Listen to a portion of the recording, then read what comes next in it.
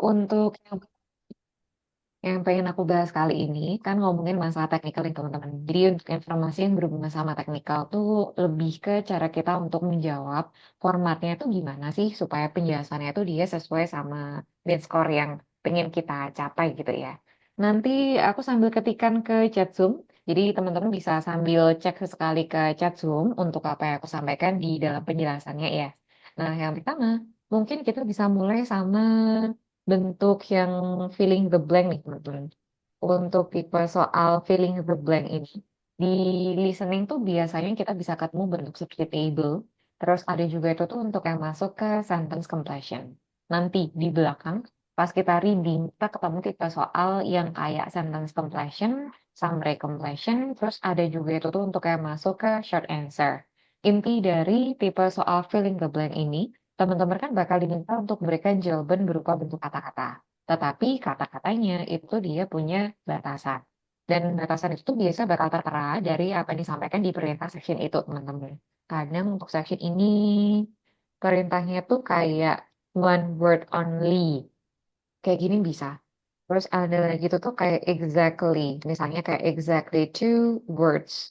Terus ada juga tuh yang pakai no more than. No more than ini tuh biasanya no more than two atau mungkin no more than three words. Terus ada juga itu tuh yang misalkan kita ketemu penjelasan kayak bla bla bla, entah kayak one word, exactly, no more than. Nanti di belakangnya ada tambahan seperti or a number. Terus ada lagi untuk bentuk yang di bagian sini hubungannya juga sama-sama berhubungan sama number, tetapi dia ada tambahannya and garis miring or a number. Nah, ini merupakan aspek penting yang harus diperhatikan sama teman-teman. Karena waktu aku cek di jawaban kemarin, selain dari jawaban yang emang udah benar dari teman-teman, mungkin beberapa udah cukup mencapai yang pengen ditargetkan. Ada beberapa yang mungkin masih baru kenal sama IELTS, yang mana nggak masalah ya. Kita sama-sama belajar di sini. Untuk masalah formatnya itu tuh ternyata ada yang kelebihan. Jadi misalkan, kalau kita punya perintah soal yang nomor satu nih teman-teman, one word only gitu ya di bagian sini. Maka untuk satu session itu sepenuhnya bakal kita sampaikan dalam bentuk satu kata aja. Misalkan, aku yakin ya, di nomor satu nih jawabannya itu dengan rujukan ini. Several interesting novels. Oke, kita kasih novels di sini. Jadi nggak semuanya itu tuh kita tulis. Karena dari perintah one word only ini, ternyata dari soal yang nomor satu untuk yang time, nomor berapa ya? Yang nomor 8. Di nomor 8 ini, jawabannya teman-teman tuh ada yang diisi time dalam kurung what time it is. Dikasih dalam kurung. Nah, ini nanti bakal terhitung sebagai salah. Jadi untuk perintah soal one word only, otomatis hanya satu kata. Kelas kata apa yang akan kita ambil tuh bakal menyesuaikan dari blank-blanknya. Butuhnya itu tuh sebagai adjektif, noun, atau mungkin kelas kata apa. Terus kalau kita lanjutin, untuk tipe perintah yang kedua, exactly two words. Berarti kalau perintahnya itu exactly two words, ini kita nggak boleh ada lebih atau kurangnya. Harus pas dua kata. Kalau untuk yang ketiga, no more than itu tuh dia kayak batasan maksimal. Jadi misalkan kita punya perintah tidak boleh lebih dari tiga kata gitu ya. Nah, maka di dalam section kali ini, mungkin ada nomor yang kita bisa isiin dua kata, maksimal tiga kata atau mungkin satu kata aja. Jadi di situ tuh kayak macam batasan maksimal, tapi kurang dari itu tuh biasanya juga masih masuk di dalam section itu. Terus untuk yang keempat, bla bla bla or a number, yang titik-titik itu, dia tuh bisa aja berisi berupa what word, exactly two words, no more than, terus belakangnya sini, or a number. Kalau untuk yang poin perintah nomor 4 ini, ada dua opsi teman-teman. Mungkin kalau isiannya itu tuh pakai kata-kata, ya sesuai sama kata-kata seperti yang dijelaskan barusan. Terus kalau misalkan or a number, ya kita bakal isiin pakai number aja. Kata kunci a number dalam konteksnya IELTS, ternyata untuk hitungan itu tuh bukan berarti kayak satu angka aja. Kayak ini angka 9, angka 7, angka satu aja, itu tuh enggak. Tapi kayak satu bagian. Termasuk kayak yang di nomor 10. Ini kan dia isiannya pakai angka semua nih. Nah, ini kita bisa anggap sebagai a number. Kalau kita lihat dari perspektifnya IELTS. Terus ada lagi tuh misalkan diminta untuk nulis nomor telepon atau mungkin kayak nomor ID card atau bisa juga itu tuh kayak yang termasuk ke nomor rumahnya. Nah, itu kan dia macam-macam ya teman-teman. Meskipun nggak hanya terdiri dari satu angka aja, tetapi nanti kita bisa arahkan sama keterangan ini. Satu set number ya jatuhnya. Ini untuk yang masuk ke perintah keempat. Terus untuk yang terakhir, dengan perintah N, garis miring, or a number, kita punya tiga macam kemungkinan jawaban di section itu. Yang pertama mungkin berupa satu kata ya. Kalau dari section kali ini, perintahnya kan dia one word nih. Mungkin cuma satu kata aja, atau mungkin kalau angka ya, angka aja. Atau mungkin kombinasi antara angka sama kata-kata. Kan dia bilang N. N itu tuh berarti konektornya akan menghubungkan semuanya. Semuanya bakal masuk. Atau mungkin or itu tuh berarti kita pilih salah satu. Jadi akan menyesuaikan dari perintah soalnya itu tuh kayak apa. Soalnya dari yang disampaikan sama teman-teman, kan untuk perintah soal ini tuh ada yang diisi lebih dari satu kata ya, termasuk kayak ini, nomor dua. Kemarin tuh kalau nggak salah ada yang isiin sebagai old furniture, meskipun kayak rujukannya itu benar. Cuma kalau kita tulisin dua kata pada perintah ini, one word aja, otomatis nanti bakal terhitung sebagai salah. Jadi harus beneran dicermati sama teman-teman. Setiap section itu tuh mereka punya perintah yang seperti apa. Karena nggak bisa asal kita sama ratakan nih ya. Perintahnya itu beda-beda.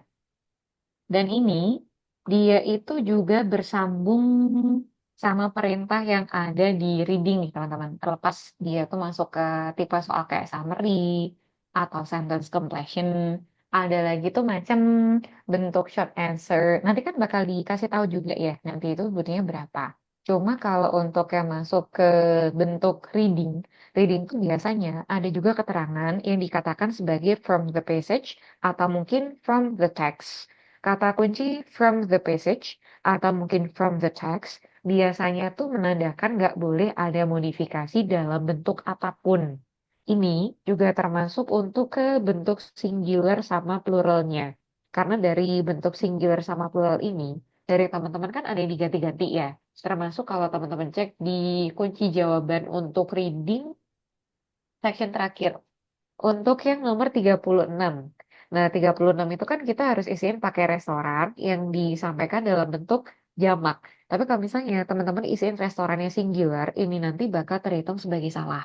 Benarnya itu tuh untuk restoran yang dalam bentuk jamak. Pertimbangan ya, karena biasanya untuk tipe soal kayak gini, yang punya perintah from the text atau mungkin from the passage, dia tuh punya kecenderungan tidak melakukan modifikasi dalam bentuk apapun, baik singular atau plural. Kelas kata yang diubah-ubah biasanya bakal ngikut dari apa yang disampaikan di dalam soal asli. Sebagai contoh tuh, ini aku rujukannya ngawur ya teman-teman. Misalkan nomor 37 nih, nih aku yakin. Nomor 37 tuh dia adalah families. Di sini dia tuh bilangnya dalam bentuk yang jamak. Tapi dalam answer sheet aku tulisin family yang singular. Otomatis nanti bisa terhitung sebagai salah. Atau nomor 39 nih, ini aku yakin jawabannya adalah recommended. Aku tulisin di answer sheet sebagai recommending. Ini kan juga berubah ya, meskipun sama-sama bisa kita golongkan ke kelas kata. Nah, ini nanti bakal terhitung sebagai salah juga. Jadi aspek-aspek singular, plural. Kalau untuk konsepnya di reading, apabila kita punya perintah from the text, from the passage, informasi ini bakal kita sampaikan apa adanya. Nggak boleh ada perubahan apapun. Terus kalau teman-teman geser ke yang listening, ini aku bolak-balik ya. Untuk yang ada di listening, nomor 2 nih teman-teman. Di nomor 2 ini kan kita bisa masukin untuk jawaban furniture. Nah, ternyata dari jawaban furniture ini ada juga itu tuh yang dijamakin menjadi furnitures. Nah, ini nanti bakal terhitung sebagai salah.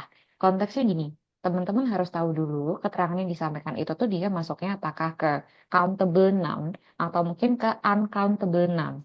Kalau masuknya ke uncountable, termasuk kayak furniture, dia ini kan bakal selalu dalam bentuk yang singular bersamaan dengan advice, information, furniture, itu tuh dia selalu disampaikan dalam bentuk yang singular. Jadi nggak mungkin nih teman-teman kasihnya itu tuh furnitures.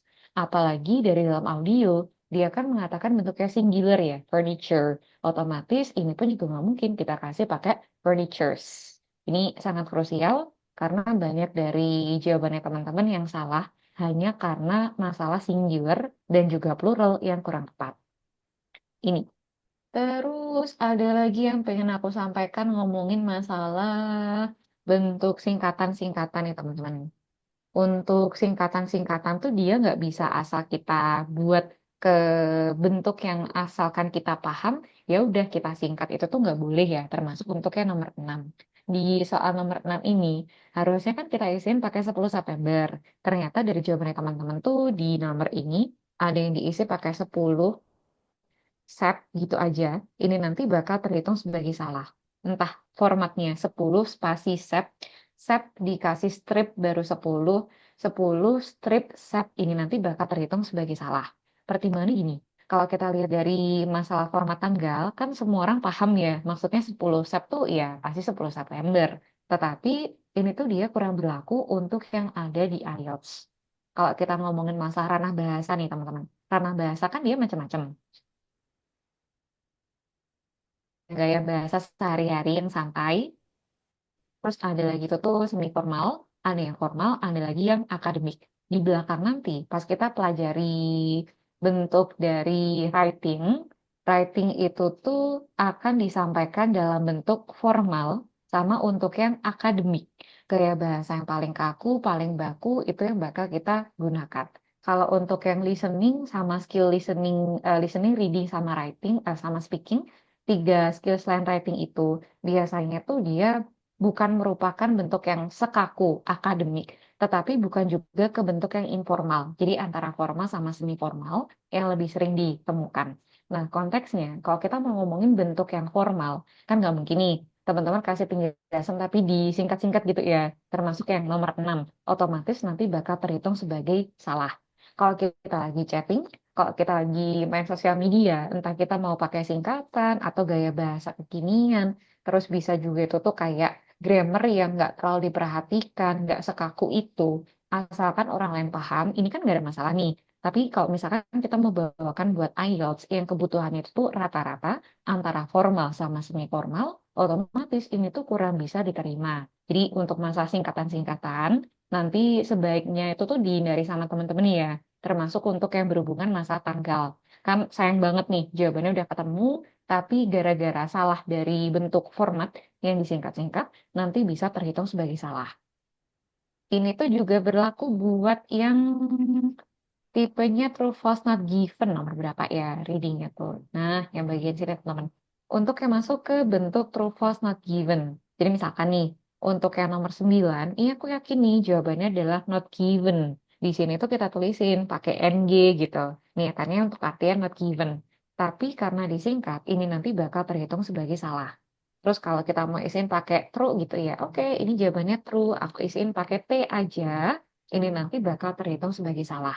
Begitupun untuk ke yes, no, not given bagian yang terakhir tadi tuh.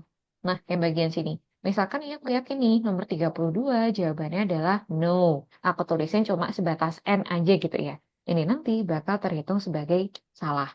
Jadi harus diperhatikan sama teman-teman, masalah singkatan-singkatan ini, meskipun kita niatannya tuh paham, ini maksudnya no, 10 September, cuma nanti kan dia nggak sesuai sama perintah soal ya, otomatis bisa terhitung sebagai salah. Ini untuk yang masuk ke bentuk singkatan. Yang nggak kalah penting ada lagi tuh untuk ke bentuk huruf kapital nih teman-teman. Huruf kapital ini kalau kita mau kerjakan untuk listening sama reading ada dua opsi.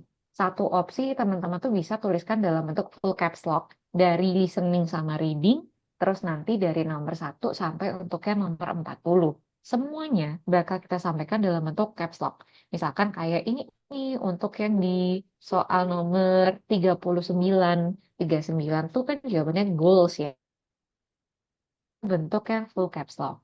Terus untuk yang not given, oke, not given, aku tulisin pakai sepenuhnya ke bentuk yang caps lock juga. Dan juga untuk bentuk-bentuk buka soal lain, termasuk kayak multiple choice, matching information, atau bisa juga itu tuh kayak filling the blank di section yang lainnya ya. Sekali teman-teman tuh memutuskan nanti bakal menggunakan bentuk yang huruf kapital sepenuhnya, silahkan gunakan secara cukup teratur. Kita mau sampaikan untuk yang di listening reading, dari soal nomor 1 sampai 40, secara konsisten kita sampaikan dalam bentuk full huruf kapital.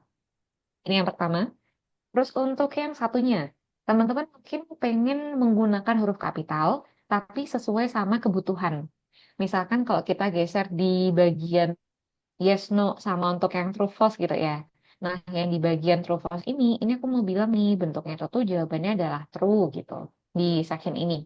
Berarti kita bisa sampaikan true, tapi T-nya aja yang besar. Terus untuk letter lain, ini tuh bisa kita sampaikan ke bentuk kecil. Bisa.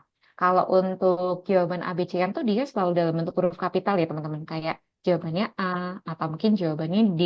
Nanti bakal selalu kita sampaikan ke bentuk huruf kapital. Terus untuk yang lain tuh ada yang salah gara-gara September sama Canadian yang pakai huruf kecil. Ini pun juga bisa disalahkan. Jadi untuk yang soal nomor satu nih, misalkan ya aku tulisin itu tuh pakai Canadian, tapi Canadian itu pakai C kecil gitu. Nah otomatis ini bakal terhitung sebagai salah. Benernya tuh kalau kita tulisin ya Canadian dengan C yang besar atau mungkin Canadian tapi dia itu tuh full caps lock. Teman-teman bisa pilih salah satu. Ada lagi tuh buat yang ini, nomor 6. 10 September. 10 September itu tuh S-nya juga harus S besar. Jadi kalau misalnya teman-teman tuh udah ngeh nih jawabannya apa. Cuma kalau dari cara penyampaiannya ternyata kurang sesuai, nggak sama seperti format yang bakal kita gunakan untuk official test IELTS, otomatis nanti bisa terhitung sebagai salah. Itu. Terus ada lagi tuh typo teman-teman. Jadi untuk yang bentuknya typo atau misspelling ini, dari bentuk misspelling atau typo tuh ternyata ada juga yang jawabannya disalahkan dari listening sama reading. Termasuk untuk di soal nomor 7 deh. Nomor 7 kalau di listening tuh kemarin apa ya? Ada yang diisi di soal bawah-bawah deh. Untuk yang predictable gitu. Nah ya, soal nomor section sini. Di nomor 35 ini kan kita bisa mengatakan sebagai predictable ya. Cuma dari nomor 35 ternyata dari yang ditulisin sama teman tuh ada yang diisi pakai bentuk predictably kayak gitu. Jadi bukan predictably tulisannya, tapi predictably. Nah, ini otomatis bakal terhitung sebagai salah. Terus ada juga itu tuh untuk yang di section reading, evidence. Ternyata dari yang disampaikan sama teman-teman tuh bukan evidence tulisannya, tapi pakai evidence. Nah, ini nanti bakal terhitung sebagai salah. Jadi kalau misalnya teman-teman mau memberikan penjelasan jawaban nomor sekian, sekian, sekian, tapi silakan dicermati dulu ya. Masing-masing section itu tuh dia perintahnya gimana. Maka dia mintanya pakai true, false, atau yes, no. Karena dia yang ketukar-tukar. Terus ada lagi itu tuh misalkan yang memberikan penjelasan, lokasinya itu udah tahu di bagian yang mana. Tapi kelebihan jawaban kata-katanya otomatis bisa terhitung sebagai salah. Dan format kayak huruf kapital. Terus ada juga itu tuh ada yang typo. Ini kan agak disayangkan ya. Sehingga nanti bisa diperhatikan kembali sama teman-teman supaya jawabannya sesuai dari apa yang disampaikan oleh passage kalau di reading.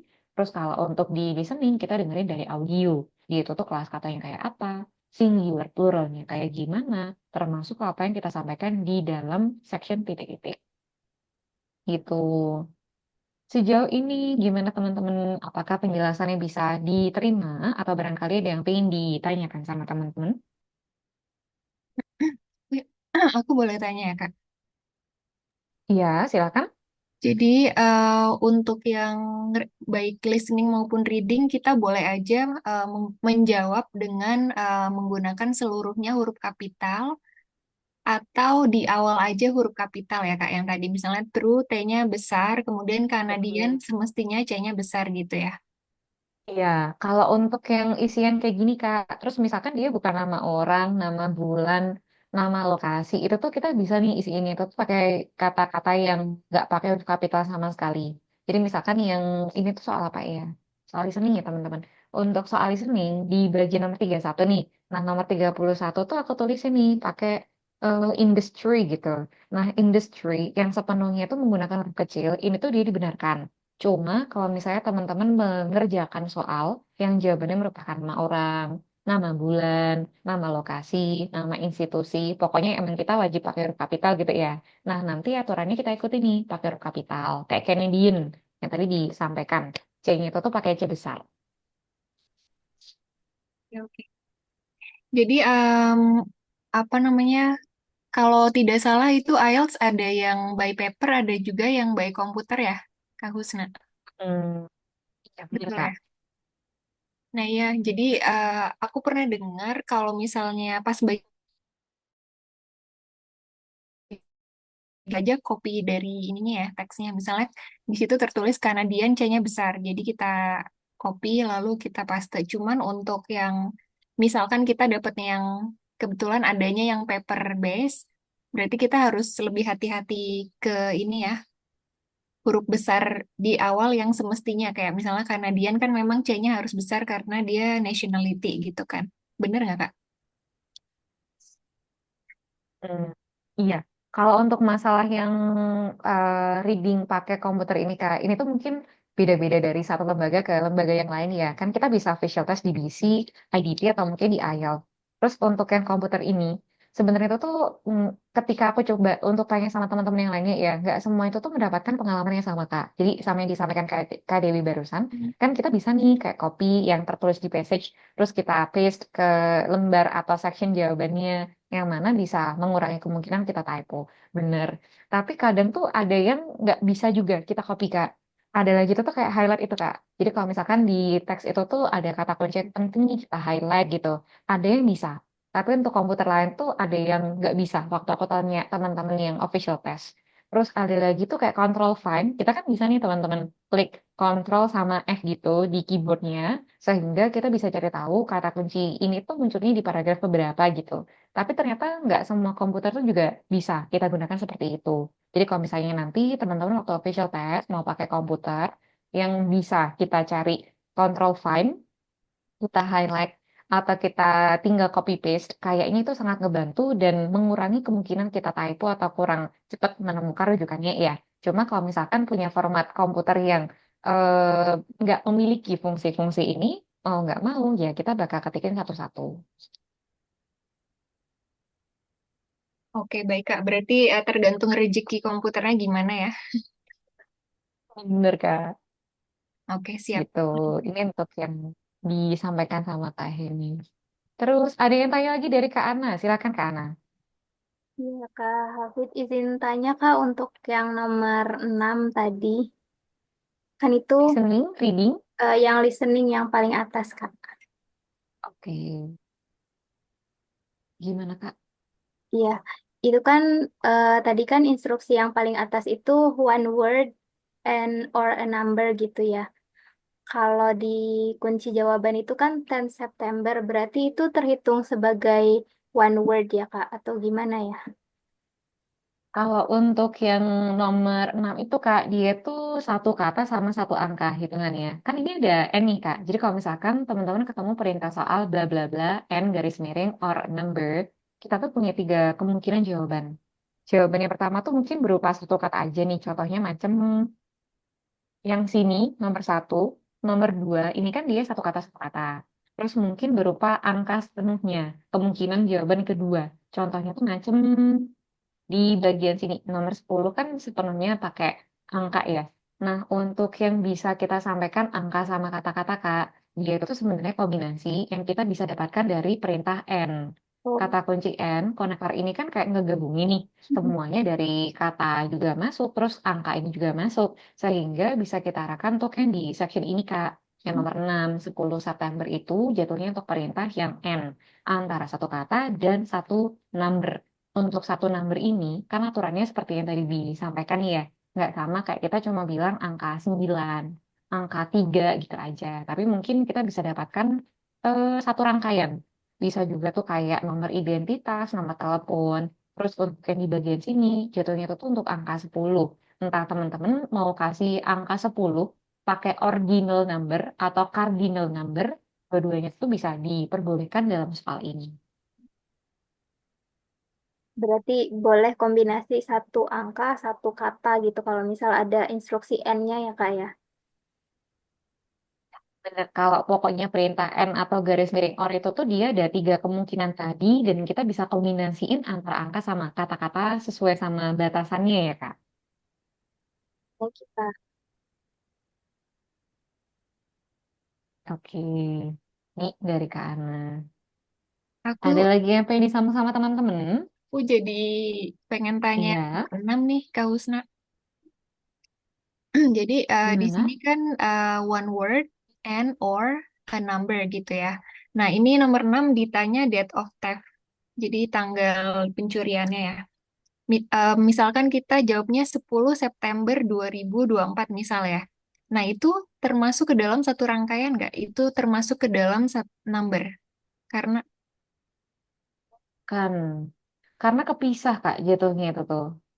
Kalau untuk yang dianggap satu nomor itu biasanya kayak satu nomor telepon gitu ya. Misalkan 0812334 bla bla bla atau mungkin kayak ini ID card KTP-nya itu tuh misalkan 359 bla bla bla. Nah, itu tuh jatuhnya untuk satu nomor. Cuma kalau kita bilangnya tanggal, angka berarti ya. Terus ada September, terus diikuti sama tahun, angka lagi, otomatis dia bukan terhitung sebagai satu nomor sih Kak. Kalau rata-rata yang aku temuin di jawaban soal IELTS ya. mm-mm. Jadi semestinya kita jawab seperti apa nih, Kak? Kalau ditanyanya date of theft. Ah, Kalau untuk yang di bagian kayak gini, Kak, karena kan dia punya perintah N ya, jadi sama seperti yang dijelaskan yang disampaikan ke Ana tadi, otomatis bisa kita angkat ini tanggalnya itu tuh di angka berapa, terus bulannya itu tuh bulan apa. Berarti begini benar ya, Kak ya? Begitu? Jawab jawab seperti ini boleh, Kak? Iya, bisa. Ini tuh yang tadi aku bilang cardinal number atau ordinal number, Kak. Jadi Oh, untuk ordinal number itu kan yang kayak pertama, kedua, ketiga, ke 10. Terus kalau cardinal number itu tuh kayak 1, 2, 3, 10. Nah ini tuh masuk sama yang aku bahas tadi, cardinal atau ordinal number. Dua-duanya dalam hal ini bisa. oh, aku mikirnya ini, Kak. Takutnya salah ya, maksudnya sebelum tes aku tanya dulu. Jadi 10 adalah satu kata, sorry, 10 TH ini adalah number ordinal atau kardinal. Kemudian September ini satu kata. Jadi aku mikirnya, Ya, oh ini dua kata, berarti aku nggak boleh kayak gini gitu. Aku mikirnya tanda boleh kayak gini ya. itu hitungannya satu number sama satu kata. Dan masih masuk sama perintah batasannya kan ya Kak, untuk yang one word and or a Ya. number. Nah masih masuk sama kategori. Nah, kalau misalnya kita misalnya kita mendengarnya, oh dia menyebutkan tanggal kejadiannya adalah 10 September 2024. Ini udah salah ya, Kak? Iya, dalam hal ini tuh terhitungnya sebagai dua angka jatuhnya tuh Kak. Iya, sudah salah ya kalau seperti ini karena totalnya sudah tiga kan ya. Hmm. Oke, oke, oke. Make sure aja. Thank you, Kak Husna. Ya, sama-sama Kak Dewi. Selain dari Kak Ana sama Kak Dewi, teman-teman yang belum tanya, barangkali ada yang pengen dikonfirmasikan juga boleh ya. Kayak yang bagian jawaban nomor sekian-sekian kok agak membingungkan atau agak rancu. Teman-teman yang belum tanya juga boleh disampaikan ya, barangkali ada. Halo, Kak. Iya, dari Kak Wahida tadi gimana Kak? Eh, Mau tanya dong Kak, kalau misalnya yang reading itu tipenya ada apa saja? Kemudian eh, adakah clue-clue atau fact yang bisa kita apa ya, yang harus diingat kayak gitu loh? Untuk tipe-tipe soal reading tuh dia macam-macam sih Kak. Kayak sentence completion, multiple choice, true false not given. Terus ada lagi matching heading, matching information. Ada juga untuk yang short answer, summary completion, sentence completion. Nah, untuk yang tipe-tipe soal ini Kak, dia tuh udah dijelaskan di buku modul. Jadi bagi teman-teman yang belum mendapat buku modul, ini tuh bisa dicek di Google Classroom ya, postingannya kemarin. Untuk yang reading tuh boleh teman-teman cek di bagian belakang. Ini bakal kita pelajari hari meeting ke-6 ya teman-teman. Kita kan readingnya itu masuk setelah di listening nih. Nah, ini tipe-tipe soalnya. Kalau teman-teman cek di bagian awal, dia tuh juga kasih penjelasan soal tipe-tipe yang ada di reading. Yang nantinya bakal kita pelajari satu-satu juga. Sama halnya kayak listening. Cuma untuk hari ini tuh kita masih belum terlalu fokus untuk ke macam-macam tipenya. Tetapi nanti kita bakal review secara umum tuh listening seperti apa. Gitu, Kak. Oke, baiklah. Terima kasih banyak. Oke, noted nih dari teman-teman. Kita akan masuk sama materi hari ini ya teman-teman. Kalau untuk tipe soalnya nanti kita bakal pelajari satu-satu. Terus untuk hari ini fokus utamanya teman-teman diajak untuk lebih dalam berkenalan sama listening. Bagi yang belum download, silakan di-download di buku modul Google Classroom ya, di Google Classroom. Bisa teman-teman download dengan cara seperti yang kemarin. Open in new tab dulu sebelum nanti teman-teman klik tombol download di pojok kanan atas. Untuk materi kali ini, kita bisa mulai masuk sama listening. Listening ini kan biasanya bakal terdiri dari 40 soal nih teman-teman. Tapi dari 40 soal nanti akan terbagi ke 4 section. Sehingga satu section itu tuh biasanya terdiri dari 10 nomor ya. Terus untuk inti sari atau tema-tema yang biasanya cukup sering kita temukan buat section pertama ini berhubungan dengan social needs kebanyakannya dan bakal disampaikan oleh 2 orang speaker. Untuk masalah social needs ini tuh temanya banyak banget sih, kayak travel arrangements, booking accommodation, decisions on a night out. Terus ada juga tuh untuk yang misalkan dapet jadwal les anak-anak yang ada di sebuah perumahan. Ketika kita pengen membuka akun bank, kan ada formulir ya biasanya. Itu tuh isiannya seperti apa, macam-macam banget. Sehingga terlepas backgroundnya teman-teman sebagai siswa atau mungkin pekerja atau masyarakat umum, mungkin kita bisa cukup relate sama tema-tema yang ada di section kali ini. Sedangkan untuk yang kedua, meskipun ngomongin ke bentuk social needs juga, tapi biasanya ini sering disampaikan oleh satu orang speaker. Jatuhnya tuh macam memberikan penjelasan prosedur atau mungkin kita kasih penjelasan yang jatuhnya kayak lebih ke secara umum memberikan explanation bukan ke percakapan 2 arah. Mungkin bisa aja nih keterangan itu tuh tentang student services on a university campus atau mungkin arrangements for meals during a conference. Temanya tuh macam-macam banget. Terus kalau untuk yang section ketiga, biasanya tuh berhubungan sama educational atau training. Dan dia tuh bisa aja mendapatkan speaker yang cukup banyak hingga 4 orang. Kalau untuk temanya tuh aku pernah ketemu ini ke teman-teman. Jadi ada seorang profesor yang ngobrol sama beberapa mahasiswanya. Karena berhalangan hadir waktu ujian akhir, makanya para mahasiswa ini tuh berusaha mencari titik temu mereka tuh bisa untuk susulan ujian tuh di tanggal berapa. Ada yang seperti itu. Terus ada juga itu tuh kayak dari sebuah eh, research, biasanya kan ada beberapa orang nih. Nah, dari beberapa orang siswa itu tuh kayak saling berdiskusi. Kita mau ngapain nih? Ini mau proyeknya diambil di lokasi mana? Terus nanti itu tuh kita mau persiapan apa aja. Nah, itu tuh banyak banget tema-temanya, tapi jatuhnya tuh lebih banyak soal diskusi ya.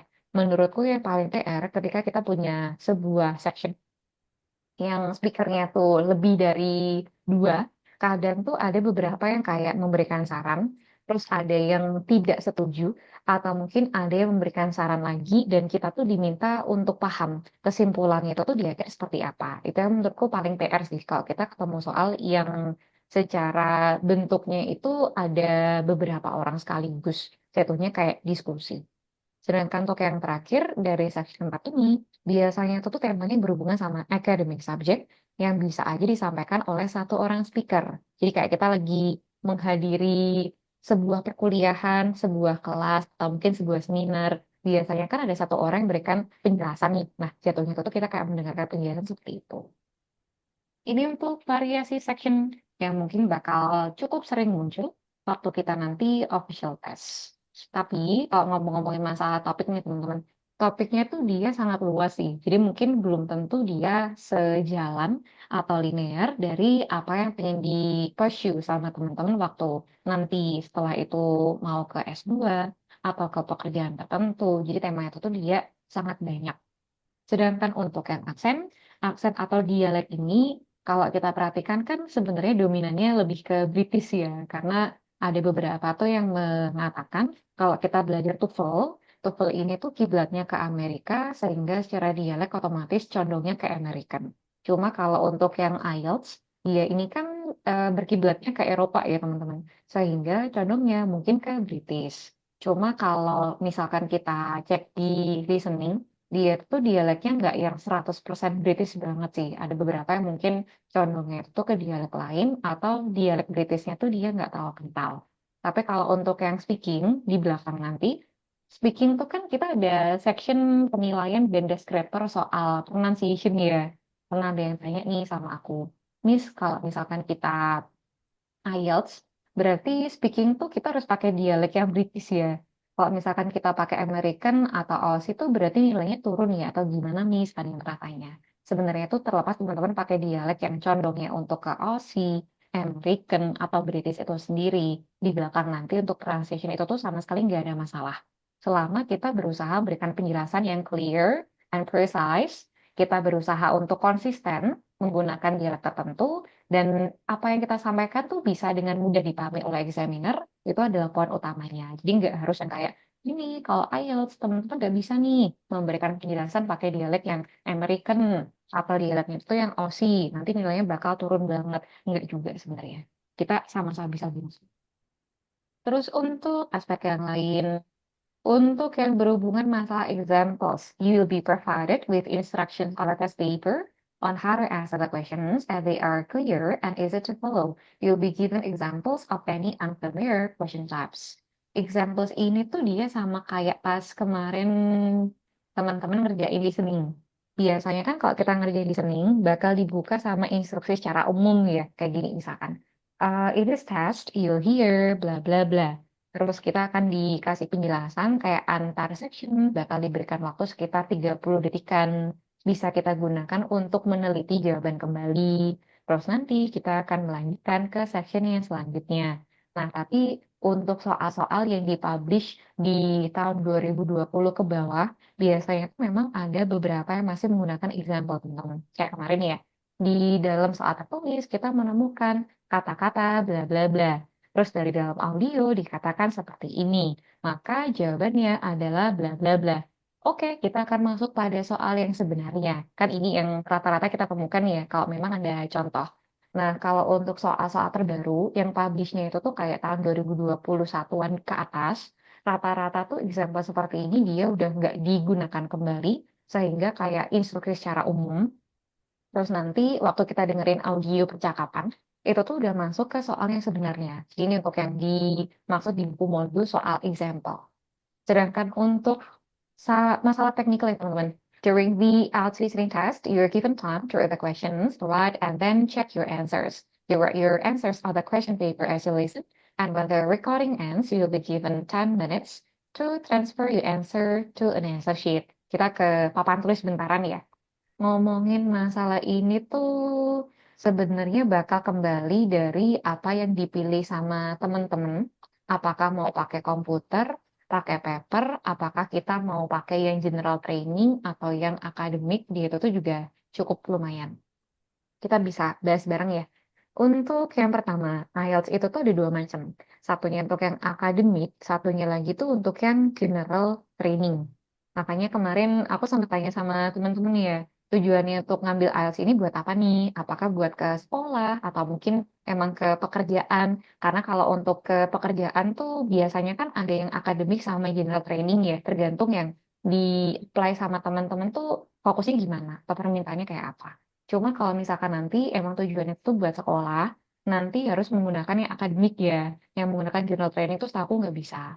Bedanya, setauku cuma di bagian writing pas satu sih teman-teman. Kalau prinsip-prinsip kayak kita speaking, listening, reading, kurang lebih prinsipnya tuh sama. Writing task 2 tuh kurang lebih sama. Yang beda tuh cuma writing task 1. Kalau kita nanti, kan kita akademik nih. Di belakang nanti, writing task 1 kita itu tuh fokusnya sama laporan data. Cuma kalau untuk yang general training, setauku dia tuh kayak korespondensi sih. Aku nggak pernah pelajari secara sangat mendetail, cuma dari yang aku temuin kayak di buku Cambridge atau di beberapa buku referensi lain, dia tuh kayak surat menyurat. Termasuk kita ada situasi ini, silahkan emailkan ke klienmu. Atau mungkin kayak invitation letter. Jadi ini ada ulang tahun nih, gimana cara kamu untuk menuliskan invitation? Dia tuh lebih fokus ke korespondensi, sedangkan kalau untuk kita, writing task satunya itu lebih ke masalah laporan data. Terus kalau untuk media, tadi sempat kita bahas sedikit ya. Untuk medianya sendiri, kita bisa menggunakan paper, satunya lagi tuh kita bisa menggunakan komputer. Kalau untuk overallnya dari paper sama yang komputer tuh kita masih sama-sama mengerjakan tiga skill ini berurutan. Paling mentok-mentok tuh 2,5 jam sih teman-teman. Kalau pengerjaan yang writing kan dia 60 menit nih, reading 60 menit, listening tuh biasanya ya menyesuaikan dari durasi audio. Kadang tuh ada yang setengah jam udah selesai. Mungkin 40 menitan. Jadi tergantung ya dari audionya seberapa lama. Jadi biasanya nggak sampai 3 jam. Untuk yang paper sama komputer ini, setauku, kalau untuk paper tuh dia cukup banyak kita temukan, terutama sebelum COVID-19 sih teman-teman. Dulu tuh sebelum COVID-19, cuma ada di Jakarta sama Bali deh kalau nggak salah, untuk yang berhubungan sama komputer ini. Terus untuk yang kota-kota lain termasuk kayak di Semarang, atau di Jogja, atau di yang lain-lainnya, biasanya menggunakan paper. Cuma karena pasca COVID-19, ternyata banyak banget lembaga-lembaga yang lebih menyediakan jadwal untuk komputer dibandingkan pakai paper. Jadi mungkin secara jumlahnya itu tuh sekarang ini lebih banyak ditemukan yang menggunakan komputer dibandingkan pakai paper. Kalau untuk yang pertama dari listening, kita mungkin bisa mulai dari sini ya. Audio listening tuh biasanya dari speaker. Jadi kalau teman-teman berada di sebuah ruangan kelas, di ruangan kelas itu tuh biasanya ditaruhnya speaker di depan kelas atau mungkin di belakang kelas. Terus nanti selama kita mendengarkan dari speaker ini, kita bisa coret-coret di kertas soal. Kan kita pakai pensil nih nanti.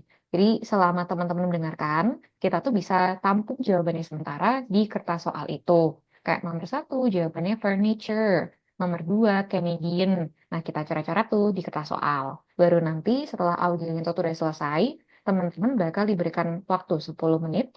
Additional time ini tujuannya tuh untuk mentransfer jawaban yang kita sampaikan di dalam kertas soal itu ke lembar jawaban yang satunya. Ini dua kertas yang berbeda ya.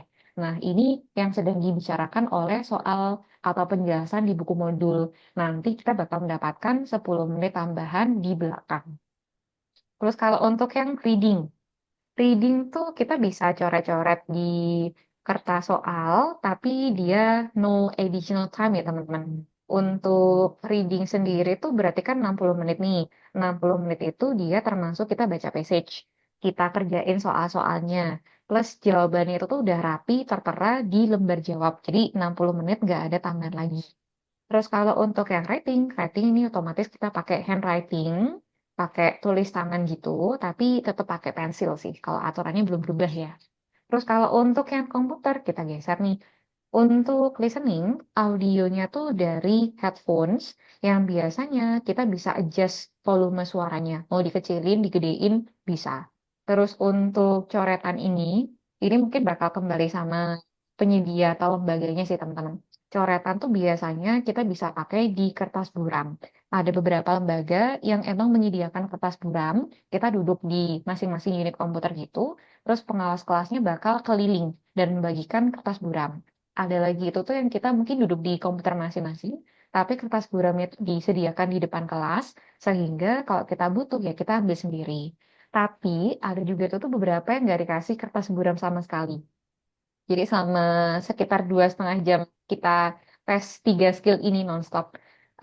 Kan biasanya kita dibekali kayak coretan di kertas kecil gitu ya, kayak sticky notes di kertas post-it. Sebenarnya itu tuh dia dipakai untuk kita masuk ke komputer, kodenya atau passwordnya itu tuh ini gitu. Nah, kertasnya tuh cuma segitu aja. Jadi ada yang sama sekali nggak disediakan kertas buram tersendiri. Untuk masalah kertas buram ini, mungkin bisa dikonfirmasikan sama teman-teman ke lembaga tujuannya ya. Karena beda kota, beda lembaga, biasanya itu tuh punya policy yang gak akan sama persis. Terus ini tuh no additional time. Jadi biasanya kalau audionya tuh udah selesai gitu di listening komputer, mungkin jarak 1 menit atau 2 menitan gitu kali ya, nggak terlalu lama sih biasanya.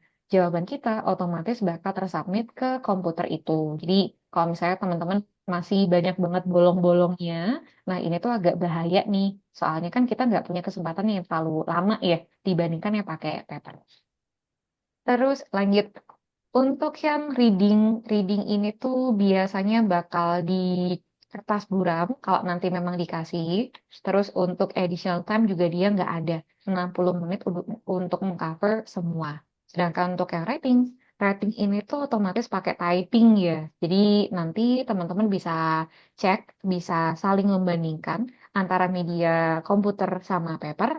teman-teman tuh condongnya yang seperti apa. Karena aku nggak bisa mengatakan kayak, ini teman-teman semuanya harus pakai komputer, semuanya harus pakai paper, kan tergantung sama kebutuhan masing-masing ya. Kadang tuh ada yang kayak gini, pokoknya untuk listening aku harus dengerin dari headphones supaya suaranya itu tuh kedengaran lebih jelas. Tapi aku nggak masalah kalau misalkan nggak coret-coret teks yang ada di dalam reading, nggak masalah. Atau mungkin kayak ini nih aku tuh harus coret-coret passage yang ada di reading supaya kata kuncinya itu tuh dengan gampang aku tandai pakai garis bawah, pakai lingkaran. Jadi aku nggak masalah kalau nanti writing itu tulisangan. Jadi tergantung dari preferensinya teman-teman. Kalau untuk yang hasil sertifikat di media paper itu dia 14 hari deh, 14 hari kerja gitu, sekitar segituan. Terus kalau komputer tuh biasanya sekitar 4 sampai 5 hari kerja tuh udah muncul hasil sertifikatnya. Jadi tergantung dari kebutuhannya teman-teman ya. Terus kalau untuk yang speaking nih teman-teman, speaking ini biasanya dia di section yang beda. Kalau untuk yang listening, reading, writing kan kayak kita nonstop ya, terus gitu sampai writing di belakang. Kalau untuk yang speaking tuh biasanya bakal ada yang beda hari atau mungkin di hari yang sama, tergantung ketika teman-teman booking official test itu tuh dia tersedianya kayak apa. Kan biasanya kalau kita booking gitu, misalkan kita masuk ke websitenya BC gitu ya. Nah, ini tanggal berapa? Dia itu tuh tanggal itu menyediakan yang akademik atau general training. Terus untuk medianya tuh teman-teman pilih yang apa nih? Paper atau komputer. Terus untuk speaking, speaking tuh kadang ada yang misalkan hari ini kita speaking, besok tuh untuk yang 3 skill. Atau hari ini 3 skill, besoknya tuh untuk yang speaking. Atau ada juga tuh kayak paginya di hari yang sama kita 3 skill, siangnya itu tuh ke speaking. Jadi teman-teman nanti kalau misalkan mau memilih booking atau kita mau preserve untuk bentuk dari official test yang kayak gimana, nanti bisa diteliti satu-satu, termasuk jenis tes, media, terus ada lagi tanggal untuk speaking karena nggak semuanya mungkin sangat persis. Gitu. Ini kalau teman-teman pengen screenshot, boleh di screenshot sebelum kita akan masuk ke PDF lagi ya.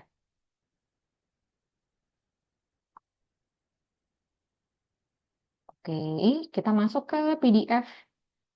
Untuk yang terakhir ngomongin masalah penilaian. Jadi penilaian kemarin tuh yang diterima sama teman-teman bukan yang kayak bener berapa soal, kali berapa, bagi berapa, enggak. Tetapi kayak kita punya range tersendiri.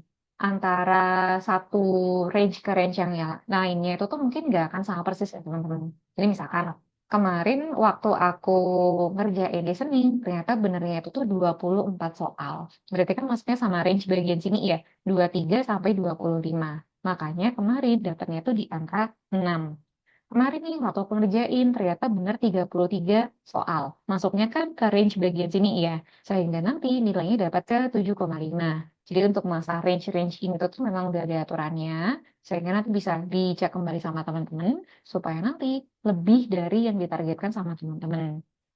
Dan ngomong-ngomong masalah angka ini teman-teman, saranku nanti waktu kita official test tuh upayakan listening sama readingnya di atas target kita secara umum di band score-nya ya.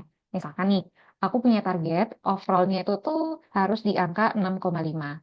Nah, untuk listening sama reading, saranku tuh coba untuk satu tingkat di atasnya atau mungkin lebih baik ya, lebih tinggi lebih baik gitu ya. Nah, paling nggak itu kita harus stabil di angka 7 atau 7,5. Optimalnya kenapa? Waktu kita official test, 4 skill yang di speaking sama writing kan kita nggak tahu ya nanti bakal dapat topik seperti apa. Kalau untuk topik yang kita kuasai, otomatis kita lebih mudah nih untuk elaborasi ide. Apa yang kita sampaikan tuh lebih mendalam. Kita cukup rapi cara menjelaskannya. Ya kemungkinan besar kita bisa lebih tinggi. Cuma kalau kita kebetulan dapat topik yang agak susah, kita kurang familiar, otomatis untuk speaking sama writing ini kan agak PR ya. Sehingga naik turunnya nilai itu tuh kayak kurang bisa terprediksi dibandingkan listening sama readingnya. Oleh karena itu, meskipun kita berusaha keras, sama-sama berjuang juga untuk di speaking sama writing, tetapi nggak ada salahnya untuk teman-teman tuh maksimalkan untuk listening sama reading. Kalau bisa tuh mereka lebih tinggi dari capaian overall band score yang pengen dicapai sama teman-teman gitu. Kalau bisa tuh dia dikasih. Ini teman-teman. Sejauh ini, apakah mungkin ada pertanyaan terkait dari penjelasan barusan?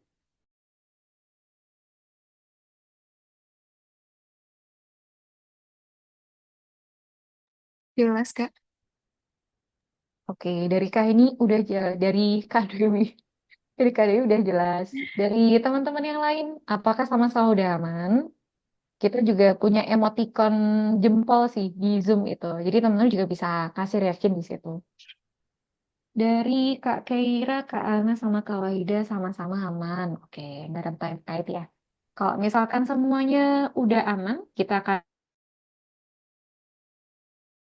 masuk sama latihan hari ini. Dari Kak Iwan sama Kak Dewi juga udah aman. Kita akan masuk untuk latihan spelling. Untuk latihan spelling seperti ini, dia tuh temanya banyak sih teman-teman. Kadang tuh mungkin berhubungan sama nama orang. Bisa juga itu tuh kayak nama sebuah institusi atau kayak sebuah lokasi. Nah, dia kan macam-macam. Silakan dibuka untuk halaman 3. Kita akan kerjain nomor 2 sama nomor 1. Dari Kak Lia aman. Oke.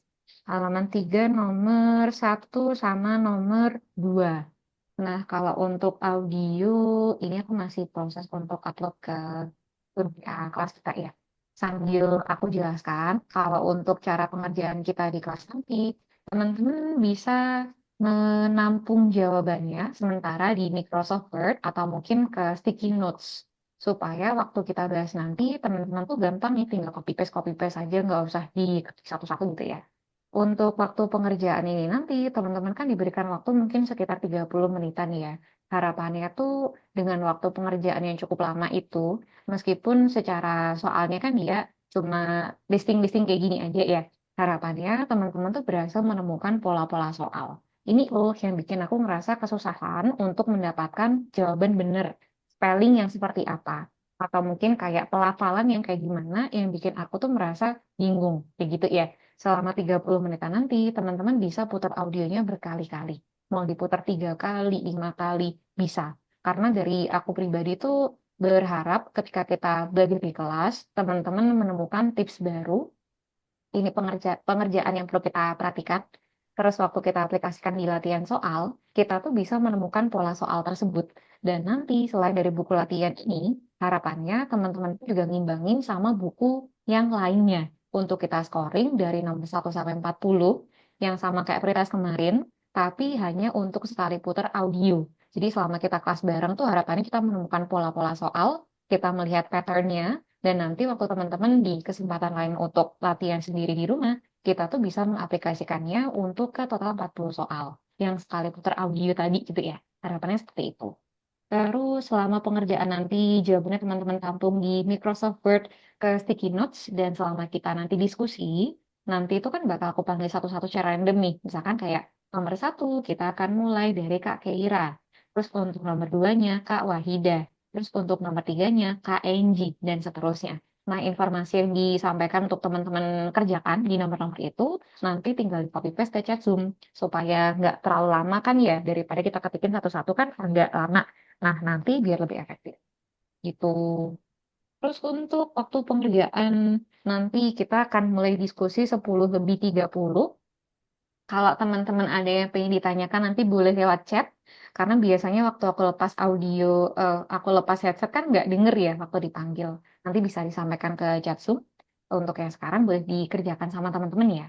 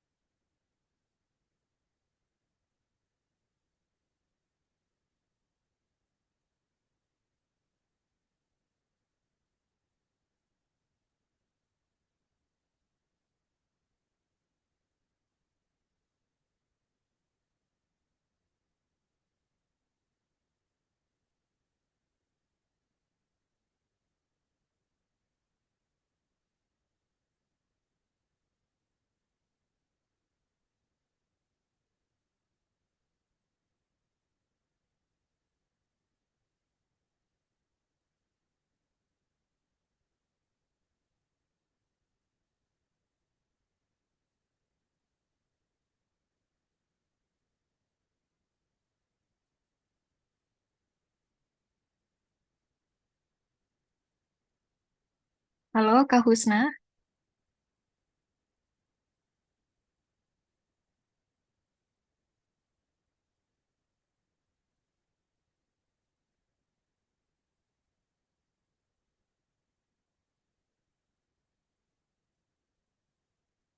Halo Kak Husna, tes tes.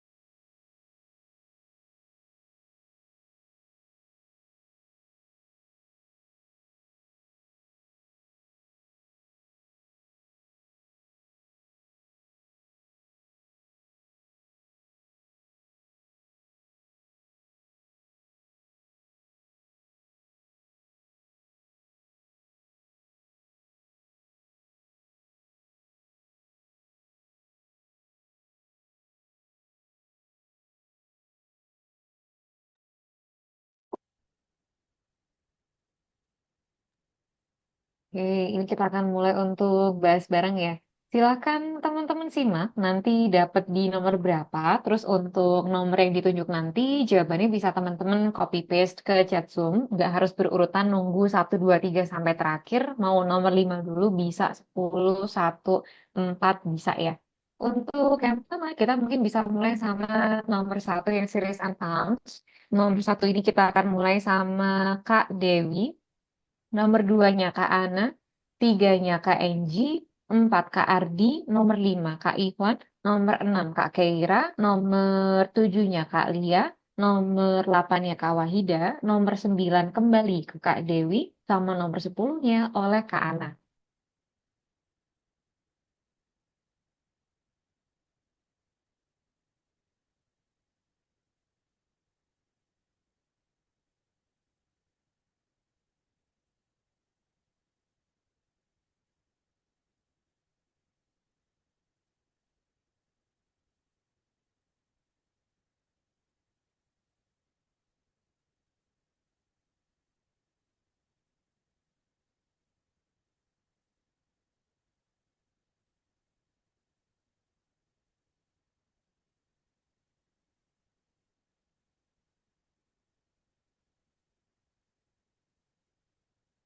Tadi aku nomor 1 dan 9 ya, Kak ya. Iya Kak Dewi. Oke, thank you, Kak. Iya Kak.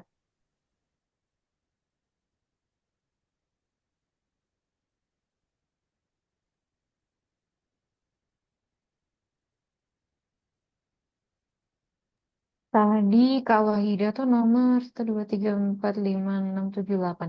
Kak Wahida nomor 8. Kalau misalnya teman-teman ngetikin jawaban tapi nggak pakai komputer atau laptop, biasanya kalau kita pakai HP atau tab tuh kan nomornya berapa dikasih titik selalu nomor 1 ya. Nanti nggak usah dikasih titik sama teman-teman. Misalkan kayak nomor 7 gitu, kita kasih kayak gini. 7 spasi Aberdeen kayak gitu-gitu. Jadi biar teman-teman nanti nggak otomatis ke nomor 1. Biasanya di Zoom kayak gitu soalnya. Dari Kak Ana tuh nomor 2 sama nomor 10 Kak Ana.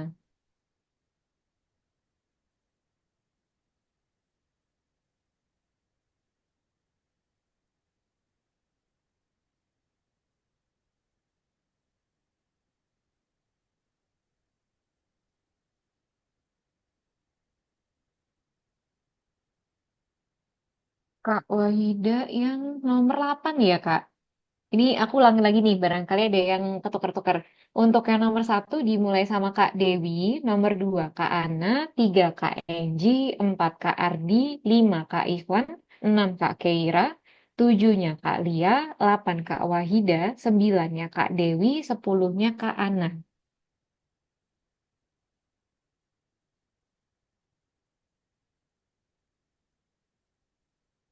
Dari Kak Wahida tuh nomor berapa ya? Iya, kamu nomor 8. Oke, ini teman-teman bisa cek.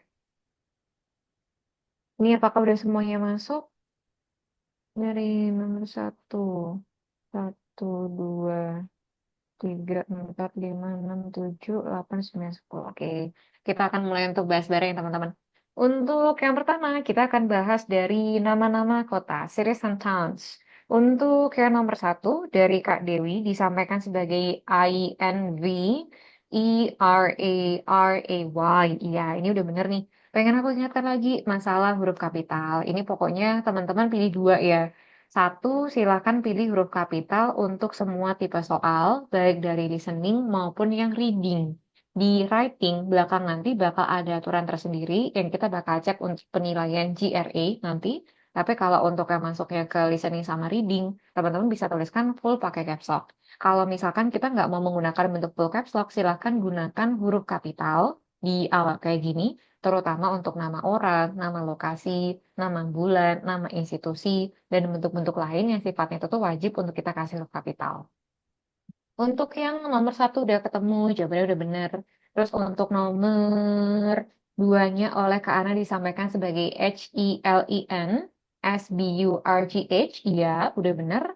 Nomor tiganya Kak Enggi sampaikan FALKLAND, udah bener. Nomor empatnya Kak Ardi sampaikan KIR, KCALDY, ya udah sesuai. Kak Keira sampaikan nomor 6 untuk yang SKYE, ya udah benar. Nah, untuk yang di nomor 5-nya ini Kak, ada beberapa yang kita bisa cek kembali Kak Iwan.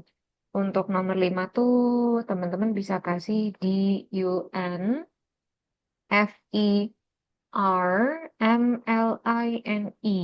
Ini untuk jawabannya di soal nomor 5-nya. Terus nomor 6 tadi udah. Nomor 7 dari Kak Lia, ABERDEEN. Iya, udah bener. Terus untuk nomor 8 dari Kak Wahida. Untuk yang A, E sama I, kita bisa cek lagi nih Kak. GLASGOW. Jadi ini G bukan D. Terus untuk yang nomor 9-nya oleh Kak Dewi disampaikan sebagai LO. Bukan T, tetapi sebagai C di bagian sini. Kita sampaikan LOCHINVER. Terus untuk nomor 10, Kak Ana sampaikan BANNOCKBURN. Oke, yang bagian sini udah cukup aman ya. Kita lanjutin untuk di section nama-nama orang. Yang terakhir kali aku panggil nomor 10 kan tadi itu Kak Ana. Berarti untuk yang sekarang, nomor 1 kita akan mulai sama Kak Enji, nomor 2-nya Kak Ardi, nomor 3 Kak Iwan, 4-nya Kak Keira, 5-nya Kak Lia, 6 Kak Wahida, 7-nya Kak Dewi, 8 Kak Ana, 9 kembali ke Kak Enji, 10-nya ke Kak Ardi.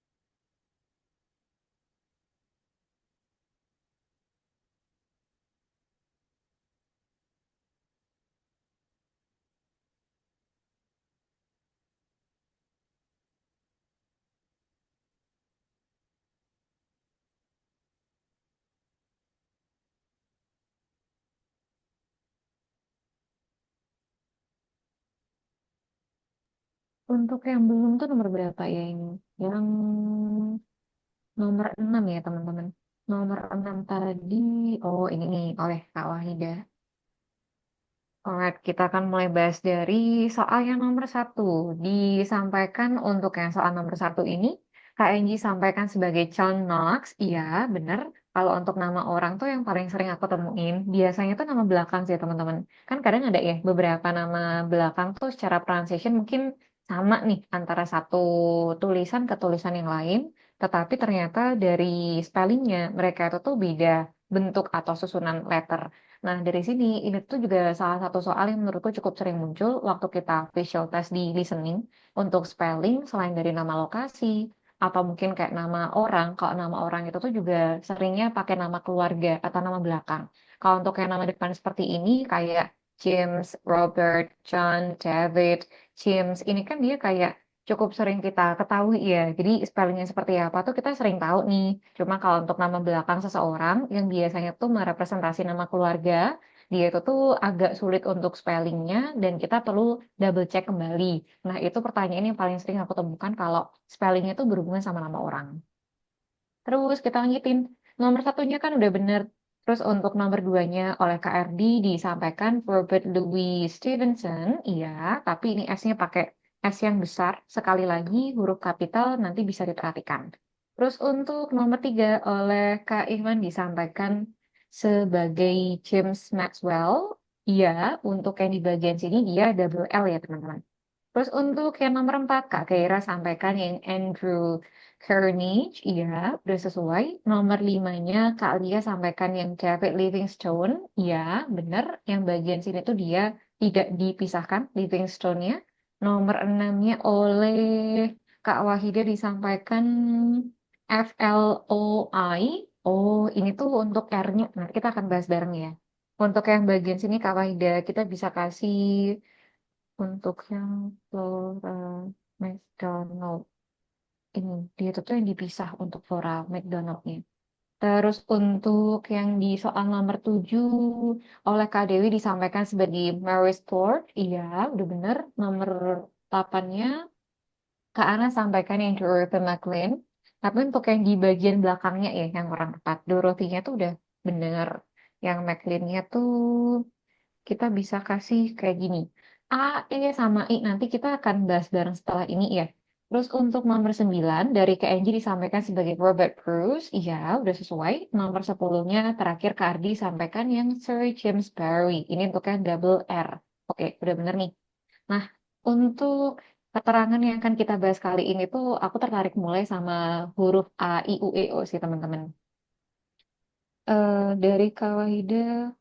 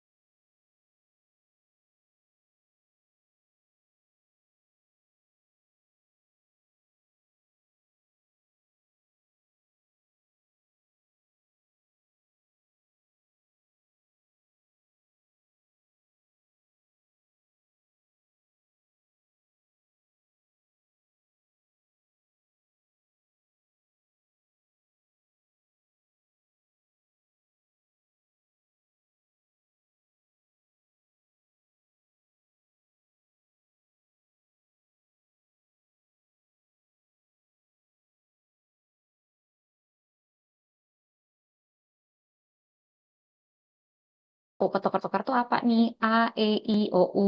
Atau mungkin bentuk yang tadi ya, ini, yang bagian sini, E sama I. Kita bilangnya itu tuh kayak gimana? Kan beda nih antara bahasa Indonesia sama bahasa Inggris ya. Ini boleh teman-teman kasih kayak gini. Analisis letter mana atau angka mana yang bikin teman-teman merasa ketukar-tukar. Kalau untuk temanku tuh, dia biasanya suka nulisin apa yang didengar dari audio asli sih teman-teman. Jadi misalkan kayak gini apa yang dia dengar dikatakan T A B L E yang dia coret-coret di kertas tuh kayak gini. Baru nanti waktu ditransfer ke answer sheet dia itu tuh kayak translate satu-satu gitu. Misalkan T itu tuh berarti T, terus E itu tuh berarti A, terus B berarti B ya, terus L ada L, I berarti untuk yang E. Jadi kalau misalkan hari ini ketika teman-teman tuh menemukan ternyata ada spelling letter atau mungkin number di lain kesempatan kok kita sering ketukar-tukar, ini nggak ada salahnya mulai dari sini, gitu ya. Terus ada lagi tuh untuk yang berhubungan masalah pronunciation R. Jadi pronunciation R ini tadi tuh kalau nggak salah ada yang is in pakai I ya. Lupa di bagian mana. Mungkin bagian sini kalau nggak salah. Untuk pronunciation R ini tuh ada satu buku yang judulnya English History. English History of History of English Language nih teman-teman. History of English Language. Aku lupa ini penulisnya tuh siapa. Nah, di buku ini tuh dia kayak kasih penjelasan lebih dalam mengenai bahasa Inggris yang kita kenal hari ini. Termasuk bahwasanya bahasa Inggris itu kan dulu ada beberapa yang kayak diambilnya daerah di Wales atau mungkin diambilnya Celtic, Gaelic. Terus bahasa Inggris itu juga mendapatkan influence dari Jerman. Terus ada bahasa Perancis kan macam-macam banget ya. Salah satu babnya tuh dia kasih penjelasan untuk yang berhubungan sama pronunciation R. Di bab itu tuh dia menggarisbawahi dua kota. Satunya tuh untuk yang ada di New York sebagai representasi dari Amerika, satunya lagi itu tuh dari London. Yang digarisbawahi untuk pronunciation R yang jelas, satu lagi tuh untuk R yang agak fading. Makanya ini nanti kita bisa bandingkan nih untuk keduanya antara New York sama yang London. Dikatakan oleh buku tersebut bahwasanya pronunciation R ini yang jelas atau yang fading, ternyata mereka bisa merepresentasi kelas sosial tertentu. Antara yang menengah ke atas, satunya lagi itu tuh untuk menengah ke bawah. Tapi polanya tuh berkebalikan mereka. Kalau untuk R yang jelas, kita cek di New York itu tuh untuk golongan menengah ke atas, R-nya feeding itu tuh menengah ke bawah, yang di London itu tuh dia bertolak belakang. Untuk R yang jelas tuh justru malah menengah ke bawah.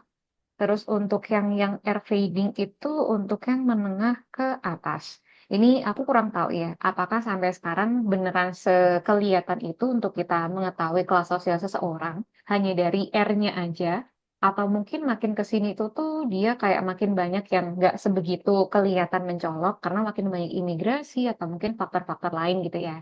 Nah, yang disampaikan oleh buku tersebut ternyata itu tuh ini cukup pengaruh sama kelas sosial seseorang. Terus kalau kita bandingkan, waktu kita bilang air, water, water ini kan dia pronunciation-nya macam-macam nih teman-teman. Kita bisa mengatakan kayak water, atau mungkin water, atau mungkin pakai tergantung teman-teman tuh condongnya sama dialek yang mana. Dan kalau untuk yang Amerika tuh biasanya R-nya dia agak jelas kayak water, kayak gitu, ada R. Makanya untuk pronunciation dari spelling R, kadang tuh ada yang mengatakan pakai R, kadang itu dikatakan sebagai A, kayak gitu aja. Kayak kita mengatakan huruf A dalam bahasa Indonesia. Tapi ternyata dalam bahasa Inggris dia itu termasuk ke bentuk R. Jadi kalau hari ini teman-teman ngerasa kayak agak bingung untuk pronunciation satu letter ke letter yang lain, nanti boleh ya dikulik lagi. Kita tuh sering ketukar-tukar letter yang seperti apa. Nih, sama menyambung untuk masalah pronunciation. Pronunciation ini tuh kita bakal butuhkan lebih aktif lagi di belakang waktu kita belajar speaking.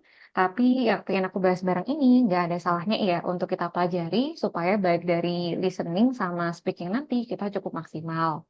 Karena kan kalau dari 4 skill tuh dia saling berhubungan nih teman-teman. Inputnya listening, outputnya speaking, inputnya reading, outputnya berupa writing. Mereka itu saling berhubungan. Dan kalau kita ngomongin pronunciation secara teori, kita punya beberapa kata kunci nih. Yang pertama, untuk phonetic symbols. Terus ada lagi phonetic symbol exercise, producing words atau producing sounds ya jatuhnya itu tuh. Terus ada lagi stressing words, ada lagi tuh untuk yang voice atau voiceless. Ini aku coba carikan foto untuk phonetic symbol ya teman-teman. Untuk phonetic symbol sendiri, sebenarnya dia merupakan poin penting ketika kita pengen pelajari pelafalan dalam bahasa Inggris. Yang mana phonetic symbol itu dia nggak sama seperti alfabet. Kalau alfabet antara bahasa Indonesia sama bahasa Inggris kan kita kurang lebih sama ya, A, B, C sampai terakhirnya Z gitu. Tapi kalau untuk yang di phonetic symbol ini, dia tuh bakal dilihat berdasarkan suara yang dihasilkan. Ini barusan aku kirimkan foto ke grup WA. Nanti bisa sambil teman-teman cek, dia tuh ada beberapa kelompok, termasuk kayak konsonan, terus ada lagi tuh vowel, ada diftong. Dan kalau misalkan ini pertama kalinya teman-teman belajar soal phonetic symbols, ini aku coba cariin videonya dulu ya. Untuk yang phonetic symbols. Nah, ini.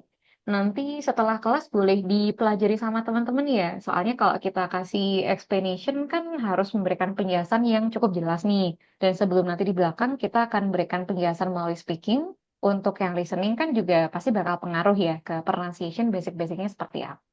Ini untuk yang phonetic symbol. Phonetic symbol exercise itu kayak coretan yang di foto kedua sih teman-teman. Itu kan berasa kayak nggak bisa dibaca ya. Ini apa nih? Kayak huruf Romawi nggak bisa dibaca gitu. Tapi sebenarnya itu tuh dia punya bunyi. Misalkan seperti ini. These changes together with other changes such as mixed marriage have altered the face of British society. Some people deploy them as a breakdown of traditional values, dan seterusnya. Jadi berangkat dari sini, ketika teman-teman kasih explanation, kalau bisa tuh kita kasih penjelasan yang cukup clear and precise, sehingga nanti di belakang waktu kita speaking, kita tuh bisa lebih on point. Terus kita lanjutin untuk kata kunci ketiga dari producing sounds, ini tuh kayak kondisi rongga mulut kita. Misalkan kalau kita tuh menempelkan ujung lidah kita ke rongga mulut, ke langit-langit mulut, kita bisa mengatakan kayak L, R. Terus kalau misalkan kita tuh memfokuskan sama glotal di tenggorokan yang keluar kayak G atau H kayak gitu. Terus ada lagi tuh untuk yang misalkan kita ketemu the sama the.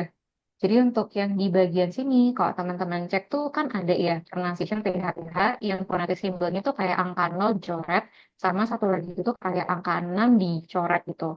Secara alfabet tulisannya itu tuh mereka TH. Tapi ada yang sah, ada yang the, ada yang voice, ada yang voiceless di situ. Ini untuk yang masuk ke producing sounds. Terus untuk stressing words di poin keempat ini biasanya ditandai sama bentuk koma atas gini. Dia tuh kayak menekankan silabil mana yang akan kita kasih stressing. Terus untuk contoh stressing words-nya mana ya? Coba aku cariin eh, untuk phonetic symbols-nya. Salah satunya tuh bisa teman-teman cek di screenshot yang aku kirimkan barusan teman-teman. Kalau kita cek di situ,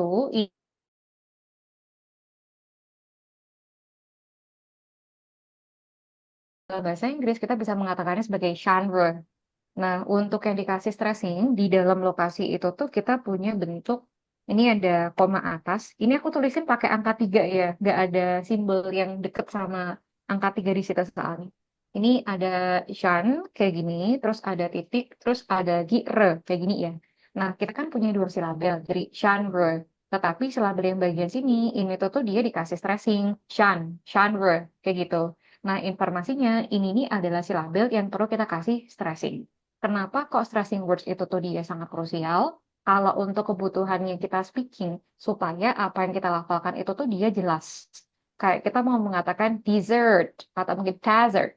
Nah, itu kan bedakan ya. Satunya itu tuh artinya adalah kayak snacking, satunya lagi itu tuh adalah gurun. Dessert, itu tuh untuk snack. Tapi kalau kita mengatakan dessert, itu tuh untuk yang gurun. Sehingga dari sini teman-teman tuh bisa menggunakan stressing words yang sesuai sama kebutuhan. Stressing words ini, dia tuh bukan berarti semua-mua di silabel pertama. Enggak ya, kadang tuh ada yang silabel tengah, silabel yang terakhir, bahkan ada juga tuh yang nggak punya stressing sama sekali. Sehingga mau nggak mau, teman-teman tuh harus fokus nih, masing-masing kosakata bentuknya kayak gimana. Terus terakhir, voiceless. Intisarinya tuh ini antara yang fading sama untuk yang kita sampaikan secara jelas. Kalau kita cek di konsonan tuh phonetic symbol ini dia kayak banyak yang sepasang-sepasang sih teman-teman.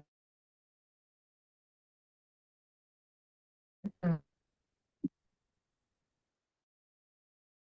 Tapi phonetic symbolnya dia beda. Soalnya pronunciation-nya juga nggak sama. Terus ada lagi tuh kayak teh sama yang mana kita mungkin bisa lihat nih dalam contoh.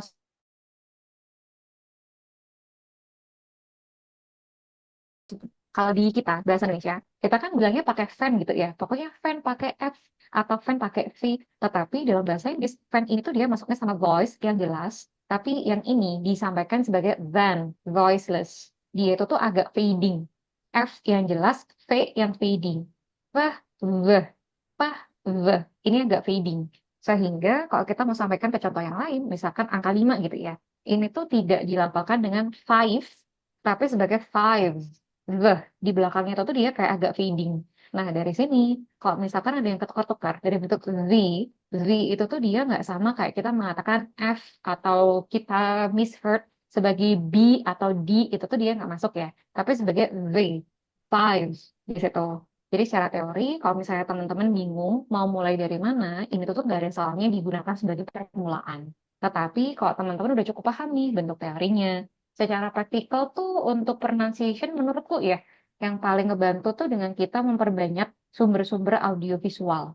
Terlepas teman-teman suka mau mau nonton film, podcast, interview, atau mungkin variety show, atau mungkin radio kan biasanya ada ya yang kita bisa dengerin gitu. Nah, bebas teman-teman tuh mau ambil dari sumber apapun itu, asalkan berbahasa Inggris. Supaya nanti kalau kita lagi nonton film, misalkan ini lagi playing gitu ya filmnya, terus cari subtitle yang berbahasa Inggris, kita pause setelah audionya, setelah si aktornya itu tuh ngomong, kita baca ulang dari subtitle berbahasa Inggris itu menggunakan pelafalan dan dialek dari si aktor. Menurutku tuh itu yang paling praktikal dan cukup cepet sih teman-teman kalau kita pengen belajar bahasa Inggris. Amati, tirukan, amati, tirukan. Cuma kalau secara teorinya teman-teman masih baru, ini boleh ya dimulai dari kata kunci ini supaya kita bisa membedakan secara lebih detail pelafalan satu ke pelafalan yang lain, intisarinya seperti apa. Itu gimana teman-teman? Apakah penjelasannya bisa diterima atau barangkali ada yang pengen ditanyakan sama teman-teman? Dari Kak Dewi, cara native tadi bilang sih mirip banget sama tipe itu Kak. Iya, kadang tuh selain dari dialek juga gara-gara orangnya sih Kak Dewi. Biasanya tuh kayak kita mengatakan R tadi kayak yang R. Kita mungkin bisa mengatakan kayak water atau mungkin water. Kita bilang R atau mungkin A. Nah, kayak memberikan pelafalan yang mirip-mirip.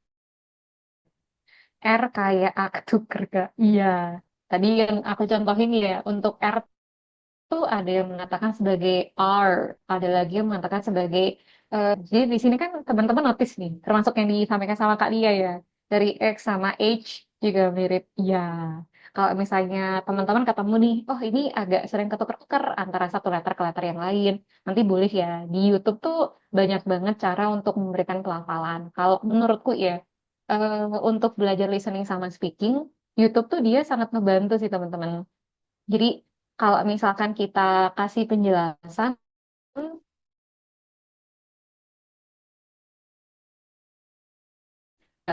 soal ini, how to pronounce the cities in England, atau mungkin how to pronounce names of American names. Jadi macam-macam banget. Nanti boleh dicari lebih lanjut sama teman-teman. Kan sekarang jadi notice ya. Ternyata letter ini nih yang aku sering ketuker-tuker ketika dialeknya tuh beda sama yang biasanya aku dengarkan. Atau mungkin kayak aku emang sering ketuker-tuker antara letter ini sama letter ini. Sekarang kan jadi lebih ketahuan ya, gitu.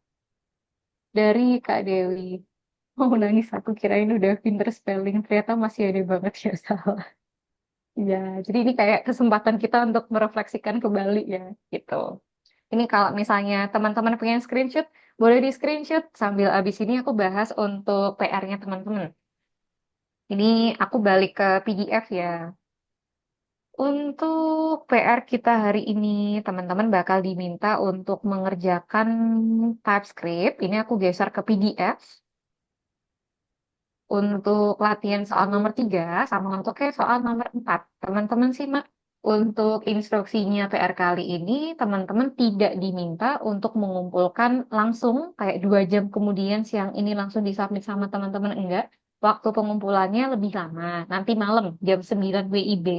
Jadi kalau misalnya teman-teman punya waktu luang, ini boleh dicobain ya. Supaya kita makin tahu nih kelemahan kita tuh dia seperti apa dan apa yang perlu kita improve.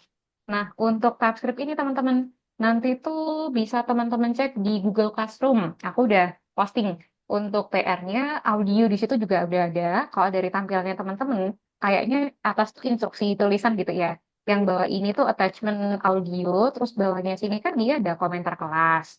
Nah, sebelah kanan tuh untuk attach file. Hari ini sampai nanti kita latihan selesai reading untuk skill listening sama reading, PR teman-teman nggak usah perlu kasih attachment. Jadi di sebelah bawahnya sini tuh dia ada komentar kelas gitu. Kalau teman-teman pakai setting bahasa Inggris berarti private comment kalau nggak salah. Nanti tinggal di copy paste di bagian private comment itu, teman-teman nggak perlu pakai attachment. Terus di akhir jangan sampai lupa untuk klik hand in atau mark as done sebelum nanti waktunya tenggat udah lewat. Nah, untuk cara pengerjaannya ini nanti tuh TypeScript berarti satu kata per satu kata harus semuanya teman-teman dengarkan. Jadi mungkin kalau dari dalam satu audio nanti hanya menanyakan silahkan tuliskan angkanya saja. Tetapi untuk PR-nya teman-teman untuk menuliskan kalimat lengkap. Semuanya kalimat lengkap. Kalau kita dengerin dari dalam audio bilangnya seperti ini. People in this country decided not to bla bla bla. Nah, informasi itulah yang bakal teman-teman ketikkan di dalam PR kali ini. Setiap kosakata yang teman-teman dengarkan silahkan diketikkan. Terus nanti kan kalau kita udah selesai nih semuanya, dari nomor awal sampai nomor terakhir, totalnya 20 nomor, teman-teman bisa copy ke bagian private comment. Sebelum tenggat, nanti bisa dikumpulkan sama teman-teman, dan jangan sampai lupa diklik hand in atau mungkin mark as done. Ngomong-ngomong masalah deadline ini, nanti teman-teman bisa kumpulkan sebelum tenggat ya. Kalau bisa, kalau punya waktu luang, silakan dikumpulkan sebelum tenggat. Karena untuk mereview tugas-tugas gini kan ada juga kelas-kelas lain ya teman-teman. Ada program kelas lain juga yang PR materinya nggak akan sama. Jadi biasanya untuk mereview aku satu-satu gitu. Misalkan satu kelas tuh aku review dulu, selesai, baru aku review ke kelas lain, baru aku review ke kelas lain dengan harapan nanti nggak ada satupun tugasnya teman-teman yang kelewat. Harapannya seperti itu.